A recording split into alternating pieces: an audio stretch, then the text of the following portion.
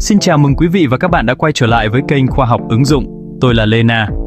Các bạn trẻ thân mến, có lẽ trong cuộc đời mới con người, một trong những khoảnh khắc khiến chúng ta trăn trở, suy tư và lo lắng nhiều nhất chính là thời điểm đứng trước cánh cổng trường đại học. Cảm giác ấy, tôi tin rằng ai trong chúng ta cũng đã từng trải qua. Một chút hồi hộp, một chút bối rối và rất nhiều những câu hỏi lớn cứ xoay vẩn trong tâm trí. Mình là ai? Mình thực sự đam mê điều gì? Và quan trọng hơn cả, con đường nào sẽ dẫn mình đến một tương lai vững chắc, một cuộc sống mà mình hằng ao ước. Đây không chỉ là việc chọn một ngôi trường, mà là đặt viên gạch đầu tiên cho cả một sự nghiệp, một hành trình dài rộng phía trước. Sự băn khoăn này là hoàn toàn tự nhiên, bởi lẽ thế giới ngoài kia thì rộng lớn, các ngành nghề thì đa dạng, và thông tin thì đôi khi lại quá tải, khiến chúng ta như lạc vào một mê cung không lối thoát. Áp lực từ gia đình, từ bạn bè và từ chính những kỳ vọng của bản thân đôi khi lại trở thành một gánh nặng vô hình. Chúng ta sợ chọn sai, sợ lãng phí thanh xuân, và số nhất là viễn cảnh 4-5 năm đèn sách miệt mài lại kết thúc bằng 2 chữ thất nghiệp. Nỗi lo ấy là có thật, và nó hiện hữu trong tâm trí của hàng triệu sĩ từ mỗi mùa tuyển sinh về. Chúng ta khao khát một sự đảm bảo, một gợi ý, một tấm bản đồ tin cậy để có thể tự tin sai bước.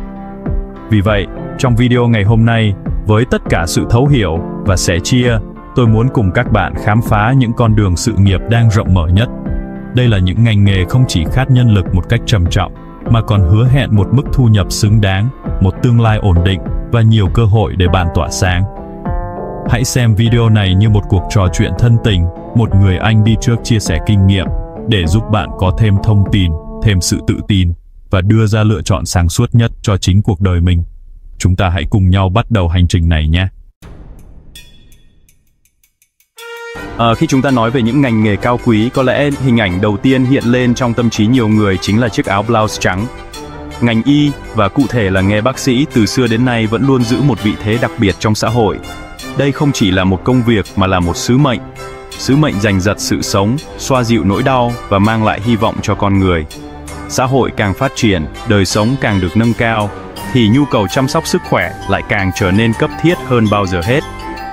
Đại dịch vừa qua chính là một minh chứng rõ ràng nhất cho tầm quan trọng không thể thay thế của đội ngũ y bác sĩ. Họ chính là những người hùng thầm lặng nơi tuyến đầu, là bức tường thành vững chắc bảo vệ sức khỏe cho cả cộng đồng. Nhu cầu nhân lực trong ngành y tế, đặc biệt là bác sĩ có trình độ chuyên môn cao, đang tăng lên một cách chóng mặt. Các bệnh viện, từ công lập đến tư nhân, các phòng khám, các trung tâm y tế dự phòng, tất cả đều đang trong tình trạng khát nhân tài. Sự thiếu hụt này không chỉ diễn ra ở các vùng sâu vùng xa, mà ngay cả ở các thành phố lớn, áp lực công việc đặt lên vai mồi y bác sĩ là vô cùng nặng nề. Điều này mở ra một cơ hội cực kỳ lớn cho các bạn trẻ có đam mê và quyết tâm theo đuổi con đường này.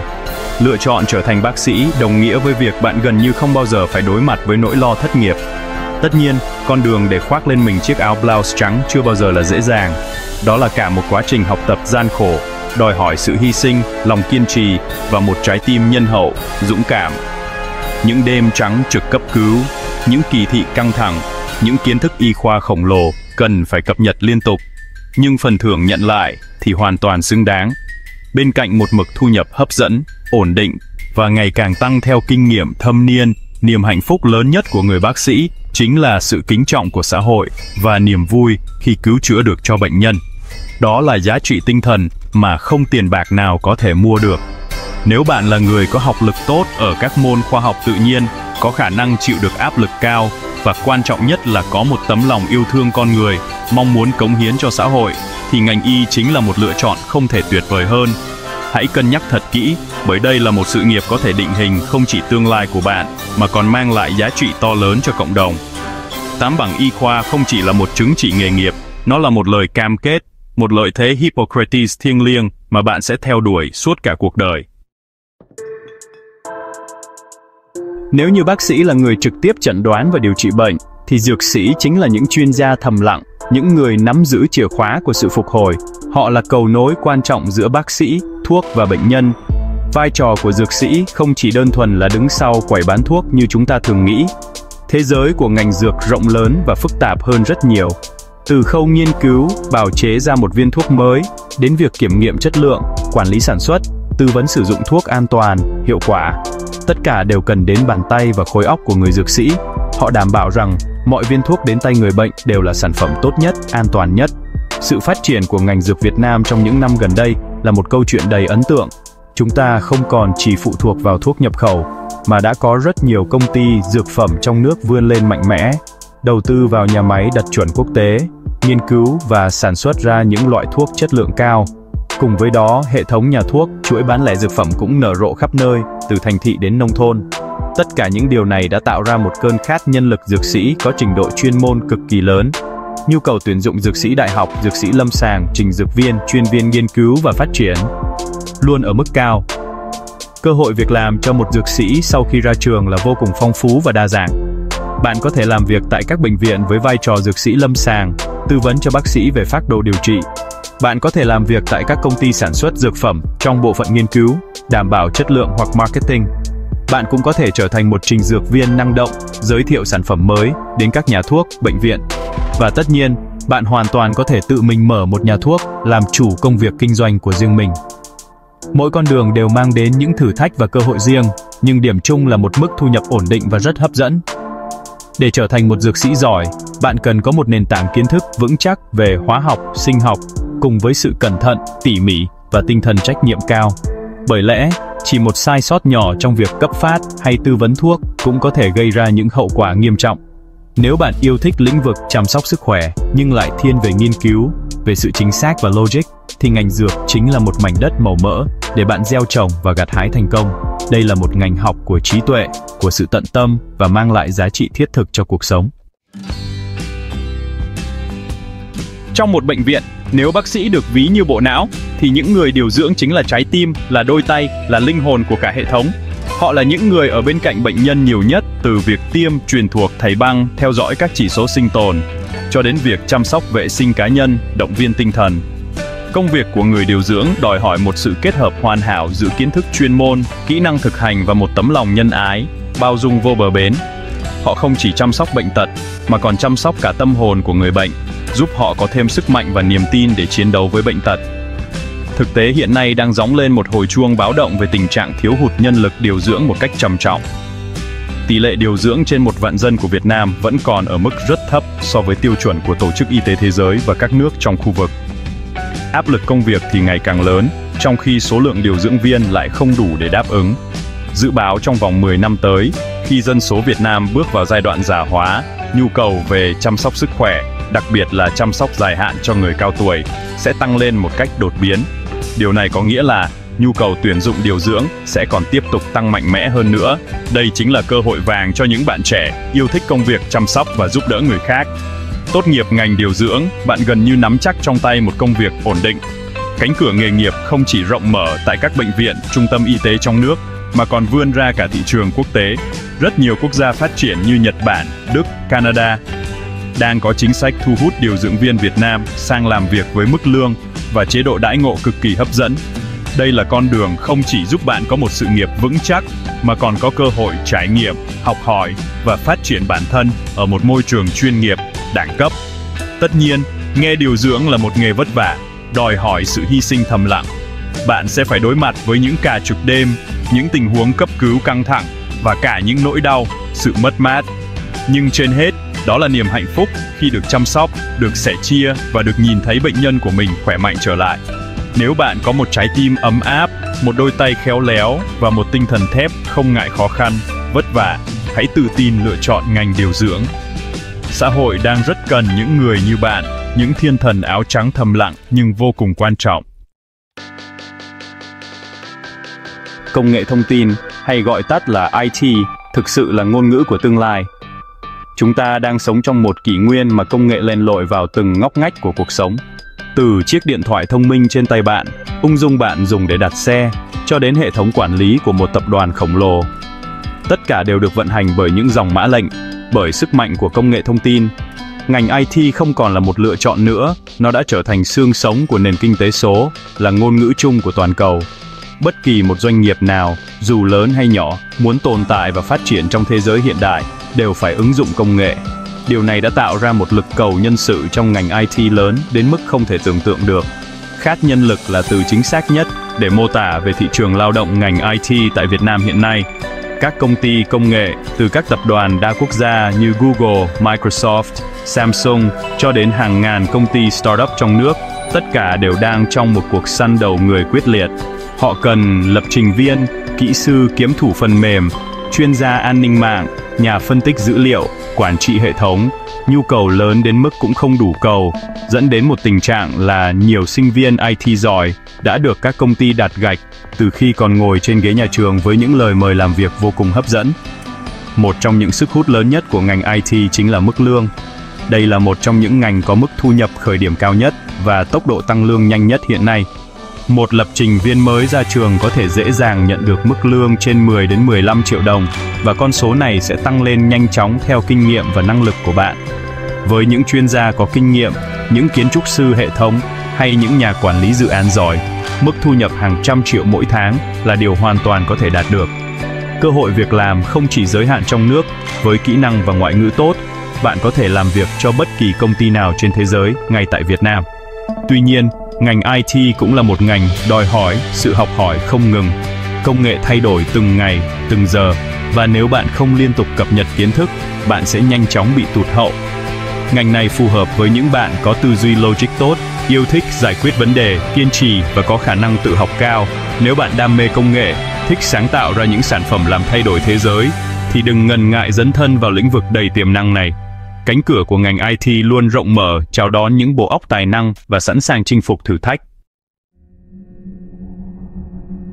Nếu công nghệ thông tin là một ngôi nhà lớn, thì khoa học máy tính hay còn gọi là Computer Science chính là nền móng, là bản thiết kế kiến tạo nên ngôi nhà đó. Đây là một ngành học mang tính hàn lâm và nền tảng hơn, tập trung vào các nguyên lý cốt lõi của máy tính, các thuật toán, cấu trúc dữ liệu, trí tuệ nhân tạo, học máy. Những người học khoa học máy tính không chỉ là người sử dụng công nghệ, họ là những người tạo ra công nghệ mới. Họ là những kiến trúc sư của thế giới số, những người viết nên các quy luật để máy tính có thể suy nghĩ và giải quyết những vấn đề phức tạp. Tốc độ tăng trưởng việc làm của ngành khoa học máy tính được dự báo là một trong những ngành cao nhất trong tất cả các lĩnh vực. Khi thế giới đang bước vào cuộc cách mạng công nghiệp 4.0, những công nghệ như trí tuệ nhân tạo, dữ liệu lớn, Internet vạn vật đang trở thành xu hướng chủ đạo. Và để phát triển những công nghệ này, chúng ta cần một đội ngũ hùng hậu các nhà khoa học máy tính. Họ là những người xây dựng nên các mô hình AI cho xe tự lái, phát triển các thuật toán đề xuất sản phẩm trên các trang thương mại điện tử, hay phân tích những bộ dữ liệu khổng lồ để tìm ra các quy luật ẩn dấu. Mức lương dành cho các chuyên gia khoa học máy tính luôn nằm ở top đầu của thị trường lao động. Bởi lẽ, kiến thức và kỹ năng của họ là vô cùng chuyên sâu và khó thay thế. Một kỹ sư AI hay Machine Learning, một nhà khoa học dữ liệu có thể nhận được mức lương cao gấp nhiều lần so với một lập trình viên thông thường. Hơn nữa, với nền tảng kiến thức vững chắc, họ có rất nhiều cơ hội để làm việc tại các tập đoàn công nghệ hàng đầu thế giới như Google, Facebook, Amazon, nơi những bộ óc xuất sắc nhất được quy tụ và được đãi ngộ xứng đáng. Rất nhiều sinh viên Việt Nam tốt nghiệp ngành này đã thành công tại thung lũng Silicon và nhiều trung tâm công nghệ khác trên toàn cầu. Ngành học này đòi hỏi một tư duy trừu tượng rất cao, khả năng toán học xuất sắc và một niềm đam mê cháy bỏng với việc giải quyết những bài toán hóc búa. Nó không dành cho số đông, nhưng nếu bạn cảm thấy mình có tố chất và thực sự bị cuốn hút bởi việc tìm hiểu cách máy tính hoạt động ở tầng sâu nhất, cách tạo ra những hệ thống thông minh, thì khoa học máy tính chính là đỉnh cao mà bạn nên chinh phục. Đầu tư vào khoa học máy tính là bạn đang đầu tư vào tương lai, vào việc trở thành người kiến tạo nên thế giới công nghệ của ngày mai. Trong khi chúng ta mải mê nói về thế giới số, đừng quên rằng thế giới vật chất mà chúng ta đang sống vẫn được vận hành bởi máy móc. Và trái tim của nền công nghiệp sản xuất chính là ngành cơ khí và kỹ thuật ô tô.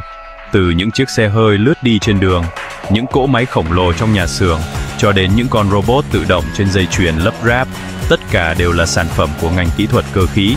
Đây là một ngành học có lịch sử lâu đời nhưng chưa bao giờ lỗi thời, bởi lẽ nhu cầu chế tạo, vận hành và bảo trì máy móc là nhu cầu vĩnh cửu của xã hội. Việt Nam đang trên đà công nghiệp hóa, hiện đại hóa mạnh mẽ. Các nhà máy, khu công nghiệp mọc lên khắp nơi. Đặc biệt, ngành công nghiệp ô tô đang có những bước phát triển vượt bậc với sự tham gia của các thương hiệu lớn trong và ngoài nước. Điều này kéo theo nhu cầu về kỹ sư cơ khí, kỹ sư ô tô tăng vọt. Các doanh nghiệp luôn trong tình trạng đãi cát tìm vàng để có được những kỹ sư giỏi, có khả năng thiết kế, chế tạo, lắp đặt vận hành và cải tiến các hệ thống cơ khí và dây chuyền sản xuất. Một kỹ sư cơ khí giỏi gần như không bao giờ phải lo lắng về vấn đề việc làm. So với các ngành hot về công nghệ, mức lương khởi điểm của kỹ sư cơ khí ô tô có thể không quá đột phá, nhưng nó mang lại một sự ổn định và chắc chắn rất cao. Thu nhập của bạn sẽ tăng đều đặn theo kinh nghiệm, tay nghe và vị trí công việc. Một kỹ sư thiết kế, một quản lý sản xuất hay một chuyên gia bảo trì có kinh nghiệm lâu năm luôn nhận được mức đãi ngộ rất tốt. Hơn nữa, kiến thức về cơ khí còn cho bạn khả năng tự kinh doanh, mở các xưởng sản xuất, gara, sửa chữa, tạo dựng sự nghiệp của riêng mình một cách vững chắc. Ngành học này phù hợp với những bạn, đặc biệt là các bạn nam, yêu thích máy móc, có tư duy kỹ thuật, thích tháo lập, sửa chữa và sáng tạo. Nó đòi hỏi sự cẩn thận, chính xác đến từng chi tiết nhỏ và một sức khỏe tốt để có thể làm việc trong môi trường nhà xưởng. Nếu bạn không ngại lắm bàn tay chân, nếu bạn tìm thấy niềm vui khi biến những bản vẽ trên giấy thành những cỗ máy hoạt động trơn tru ngoài đời thực, thì hãy mạnh dạn theo đuổi con đường kỹ thuật. Đây là ngành nghề của những người đàn ông thực thụ, những người tạo ra giá trị hữu hình và là xương sống của nền kinh tế. Nếu kỹ thuật và công nghệ là xương sống, thì kinh tế chính là dòng máu lưu thông, nuôi dưỡng toàn bộ cơ thể của một quốc gia. Bất kỳ một hoạt động nào trong xã hội, từ sản xuất, phân phối đến tiêu dùng, đều chịu sự chi phối của các quy luật kinh tế. Chính vì vậy, khối ngành kinh tế, với các chuyên ngành như quản trị kinh doanh, kinh tế học, thương mại điện tử, luôn là một trong những lĩnh vực có nhu cầu nhân lực lớn nhất và bền vững nhất. Một doanh nghiệp muốn tồn tại và phát triển không thể thiếu những bộ óc kinh tế tài ba, những nhà quản trị xuất sắc. Quản trị kinh doanh được xem là một ngành học vua bởi tính ứng dụng cực kỳ rộng của nó. Tốt nghiệp ngành này, bạn có thể làm việc ở rất nhiều bộ phận khác nhau trong một công ty marketing, bán hàng, nhân sự, tài chính, chiến lược. Bạn được trang bị một cái nhìn tổng quan về cách một tổ chức vận hành, giúp bạn có khả năng thích ứng cao và nhiều lựa chọn nghề nghiệp. Đặc biệt, đây là ngành học cung cấp nền tảng vững chắc nhất cho những ai có khát vọng khởi nghiệp, mong muốn xây dựng đế chế kinh doanh của riêng mình trong tương lai. Trong bối cảnh bùng nổ của Internet, thương mại điện tử hay e-commerce nổi lên như một ngôi sao sáng, các sàn giao dịch như Shopee, Lazada, Tiki đã thay đổi hoàn toàn thói quen mua sắm của người tiêu dùng. Các doanh nghiệp, từ lớn đến nhỏ, đều phải có mặt trên không gian mạng nếu không muốn bị bỏ lại phía sau. Điều này tạo ra một nhu cầu khổng lồ về nhân lực am hiểu về thương mại điện tử, từ việc xây dựng website, chạy quảng cáo số, quản lý gian hàng, tối ưu hóa logistics cho đến phân tích hành vi khách hàng online. Đây là một lĩnh vực cực kỳ năng động và đầy hứa hẹn. Lựa chọn khởi ngành kinh tế, bạn sẽ có cơ hội tiếp cận với một mức lương cao và nhiều cơ hội thăng tiến rộng mở. Từ một nhân viên kinh doanh, bạn có thể trở thành trưởng phòng, giám đốc kinh doanh. Từ một chuyên viên marketing, bạn có thể vươn lên vị trí giám đốc marketing. Con đường sự nghiệp phụ thuộc hoàn toàn vào năng lực, sự nỗ lực và khả năng tạo ra giá trị của bạn. Khối ngành này phù hợp với những bản năng động, có khả năng giao tiếp tốt, tư duy nhạy bén với thị trường và đam mê kinh doanh. Nếu bạn muốn trở thành người tạo ra dòng chảy của tiền tệ và nắm bắt cơ hội, thì đây chính là sân chơi dành cho bạn. Việt Nam được thiên nhiên ưu đãi với vô vàn cảnh đẹp kỳ vị, từ những bãi biển trải dài cát trắng, những dãy núi hùng vĩ cho đến những di sản văn hóa, lịch sử lâu đời. Tất cả những yếu tố đó đã tạo nên một tiềm năng to lớn cho ngành du lịch. Ngành công nghiệp không khói được xem là một trong những mũi nhọn kinh tế của đất nước. Sau giai đoạn khó khăn vì đại dịch, ngành du lịch đang có những bước phục hồi và tăng trưởng trở lại một cách ngoạn mục. Nhu cầu khám phá, trải nghiệm của du khách trong và ngoài nước đang tăng lên mạnh mẽ, mở ra một chương mới đầy hứa hẹn cho ngành này. Sự phát triển của du lịch kéo theo nhu cầu lao động trong ngành tăng vọt. Chúng ta không chỉ cần những hướng dẫn viên du lịch năng động, am hiểu văn hóa, lịch sử. Ngành này còn cần rất nhiều vị trí khác, như nhân viên điều hành tour, chuyên viên marketing du lịch, nhân viên tại các khách sạn, resort, chuyên gia, tổ chức sự kiện, hội nghị MICE. Mỗi vị trí đều đóng một vai trò quan trọng trong việc tạo ra một trải nghiệm hoàn hảo và đáng nhớ cho du khách từ lúc họ bắt đầu lên kế hoạch cho chuyến đi cho đến khi họ trở về nhà. Một trong những điều tuyệt vời nhất khi làm việc trong ngành du lịch và lưu hành là bạn có cơ hội được đi đến nhiều nơi, khám phá nhiều vùng đất mới, tiếp xúc với nhiều nền văn hóa khác nhau. Công việc không bị bó hẹp trong 4 bức tường văn phòng, mà luôn luôn mới mẻ, năng động và đầy màu sắc. Mực thu nhập trong ngành này cũng rất hấp dẫn, đặc biệt với những vị trí như hướng dẫn viên du lịch cho khách quốc tế hay quản lý tại các khách sạn, resort 5 sao. thu nhập của bạn không chỉ đến từ lương công mà còn từ tiền tip, hoa hồng và nhiều khoản thưởng khác. Ngành học này đặc biệt phù hợp với những bạn trẻ có tâm hồn bay bổng, yêu thích khám phá, không ngại di chuyển và có khả năng giao tiếp, ngoại ngữ tốt. Bạn cần có một sức khỏe dẻo dai, khả năng xử lý tình huống linh hoạt và một thái độ phục vụ chuyên nghiệp, tận tâm.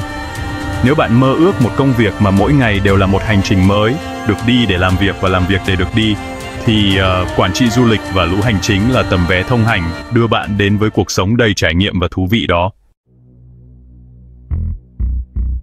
Bạn có bao giờ tự hỏi làm thế nào để một chiếc điện thoại sản xuất ở Trung Quốc có thể đến tay bạn ở Việt Nam chỉ sau vài ngày đặt hàng không? Hay làm thế nào để những trái thanh long tươi ngon từ Bình Thuận có thể xuất hiện trên kệ siêu thị ở châu Âu?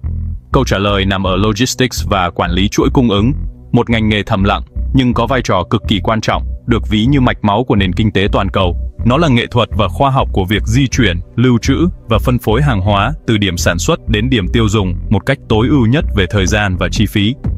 Trong bối cảnh toàn cầu hóa và sự bùng nổ của thương mại điện tử, vai trò của logistics ngày càng trở nên quan trọng hơn bao giờ hết. Một chuỗi cung ứng hiệu quả chính là lợi thế cạnh tranh sống còn của mỗi doanh nghiệp.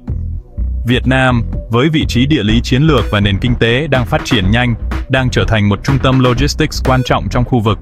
Các cảng biển, sân bay, kho bãi liên tục được đầu tư, nâng cấp. Tuy nhiên, một trong những thách thức lớn nhất hiện nay chính là sự thiếu hụt trầm trọng nguồn nhân lực logistics chất lượng cao, được đào tạo bài bản. Nhu cầu nhân lực trong ngành này là cực kỳ lớn và đa dạng. Các doanh nghiệp cần chuyên viên mua hàng, chuyên viên hoạch định chuỗi cung ứng, nhân viên quản lý kho bãi, nhân viên khai báo hải quan, chuyên viên vận tải. Cơ hội việc làm không chỉ giới hạn ở các công ty logistics trong nước, mà còn mở rộng ra các tập đoàn đa quốc gia, các công ty sản xuất, các hãng tàu, hãng hàng không lớn. Với kiến thức chuyên môn và ngoại ngữ tốt, bạn hoàn toàn có thể làm việc ở bất kỳ đâu trên thế giới, tham gia vào dòng chảy thương mại toàn cầu. Đây là một ngành học đòi hỏi tư duy logic, khả năng lập kế hoạch, tổ chức và giải quyết vấn đề một cách hệ thống. Bạn cần có khả năng làm việc dưới áp lực cao và phối hợp tốt với nhiều bộ phận khác nhau. Mức lương trong ngành logistics và quản lý chuỗi cung ứng được đánh giá là rất cạnh tranh và có tiềm năng tăng trưởng tốt, đặc biệt ở các vị trí quản lý. Nếu bạn là người có đầu óc tổ chức, thích những bài toán tối ưu hóa phức tạp và muốn trở thành một mắt xích quan trọng trong nền kinh tế toàn cầu, thì đây chính là lĩnh vực dành cho bạn. Trong một thế giới ngày càng phẳng và kết nối, sức mạnh của ngôn ngữ, của truyền thông và của các quy tắc pháp lý lại càng trở nên quan trọng hơn bao giờ hết. Đây là bộ ba ngành nghề tuy khác nhau về chuyên môn, nhưng lại có điểm chung là sử dụng ngôn từ, lý lẽ và sự thấu hiểu để kết nối con người, xây dựng thương hiệu và duy trì trật tự xã hội. Trong bối cảnh Việt Nam hội nhập sâu rộng với thế giới, nhu cầu về nhân lực cho các ngành này đang tăng trưởng một cách mạnh mẽ, mở ra những cơ hội nghề nghiệp vô cùng hấp dẫn. Ngành ngôn ngữ, đặc biệt là các ngôn ngữ phổ biến như Anh, Trung, Nhật, Hàn, không bao giờ là lựa chọn lỗi thời. Giới ngoại ngữ, bạn có thể trở thành một biên phiên dịch viên, một giáo viên hoặc làm việc trong các công ty có yếu tố nước ngoài ở nhiều vị trí khác nhau. Quan hệ công chúng và truyền thông lại là nghệ thuật xây dựng và bảo vệ hình ảnh, thương hiệu cho một cá nhân hay tổ chức. Trong thời đại bùng nổ thông tin và khủng hoảng truyền thông có thể xảy ra bất cứ lúc nào, vai trò của các chuyên gia PR và truyền thông là cực kỳ quan trọng. Họ là những người kể chuyện, những người kết nối thương hiệu với công chúng. Luật kinh tế là một lĩnh vực ngày càng hot khi các hoạt động kinh doanh, đầu tư, mua bán sáp nhập diễn ra ngày càng sôi động. Mỗi doanh nghiệp đều cần đến các luật sư, chuyên gia pháp lý để tư vấn, soạn thảo hợp đồng, giải quyết tranh chấp và đảm bảo mọi hoạt động đều tuân thủ đúng pháp luật. Một chuyên gia luật kinh tế giỏi không chỉ giúp doanh nghiệp tránh được những rủi ro pháp lý, mà còn giúp họ tận dụng được các quy định của pháp luật để tạo ra lợi thế cạnh tranh. Đây là một nghề đòi hỏi trí tuệ, sự sắc bén và mang lại vị thế xã hội cũng như thu nhập rất cao. Những ngành học này phù hợp với những bạn có khả năng ngôn ngữ tốt, tư duy sắc bén, logic, khả năng giao tiếp, thuyết trình và đàm phán xuất sắc. Bạn cần là người hướng ngoại, thích tương tác với con người và nhạy bén với các xu hướng của xã hội. Dù bạn chọn con đường nào, là một nhà ngôn ngữ học, một chuyên gia truyền thông hay một luật sư kinh tế, bạn đều đang nằm trong tay những công cụ mạnh mẽ để tạo ra ảnh hưởng, xây dựng các mối quan hệ và định hình xã hội. Đây là những ngành nghề của trí tuệ, của sự khéo léo và mang lại những cơ hội sự nghiệp không giới hạn trong thế giới hội nhập. Các bạn thân mến, vậy là chúng ta đã cùng nhau đi qua một hành trình khám phá 10 nhóm ngành nghề đang khát nhân lực nhất với những cơ hội sự nghiệp và mức thu nhập đầy hứa hẹn. Tôi hy vọng rằng những thông tin và chia sẻ vừa rồi đã phần nào giúp các bạn có một cái nhìn rõ ràng hơn, một bức tranh tổng quan hơn về những con đường đang rộng mở phía trước. Lựa chọn ngành nghề là một quyết định quan trọng, nhưng xin đừng để nó trở thành một áp lực quá lớn. Hãy nhớ rằng, không có lựa chọn nào là hoàn hảo tuyệt đối, và cũng không có con đường nào là trải đầy hoa hồng. Mỗi ngành nghề đều có những vinh quang và cả những thách thức riêng. Điều quan trọng nhất không chỉ nằm ở việc ngành nào đang hot hay ngành nào lương cao, mà còn ở câu hỏi: bạn thực sự là ai và bạn muốn trở thành người như thế nào? Hãy lắng nghe chính bản thân mình, lắng nghe tiếng nói từ sâu thẳm con tim. Hãy kết hợp sự phân tích của lý trí, của trí tuệ về xu hướng thị trường với sự mách bảo của đam mê của con tim. Bởi lẽ, chỉ khi bạn được làm công việc mình yêu thích, bạn mới có đủ động lực để vượt qua mọi khó khăn, để học hỏi không ngừng và để thực sự tỏa sáng. Sự nghiệp vững chắc nhất được xây nên từ nền móng của đam mê. Cuối cùng, tôi xin chúc tất cả các bạn sĩ tử sẽ thật bình tĩnh, tự tin và đưa ra được lựa chọn sáng suốt nhất cho riêng mình. Cánh cửa đại học chỉ là một trong nhiều cánh cửa dẫn đến thành công. Dù bạn chọn con đường nào, hãy luôn giữ trong mình ngọn lửa của sự ham học hỏi, tinh thần cầu tiến và lòng dũng cảm để theo đuổi ước mơ. Cảm ơn các bạn đã dành thời gian theo dõi hết video này. Nếu đây là lần đầu tiên bạn đến với kênh Khoa học ứng dụng, đừng quên bấm like, chia sẻ video này để lan tỏa những thông tin hữu ích và ủng hộ chúng tôi. Hãy nhận vào biểu tượng quả chuông để không bỏ lỡ những video giá trị khác nhé. Xin chào và hẹn gặp lại các bạn ở các video tiếp theo.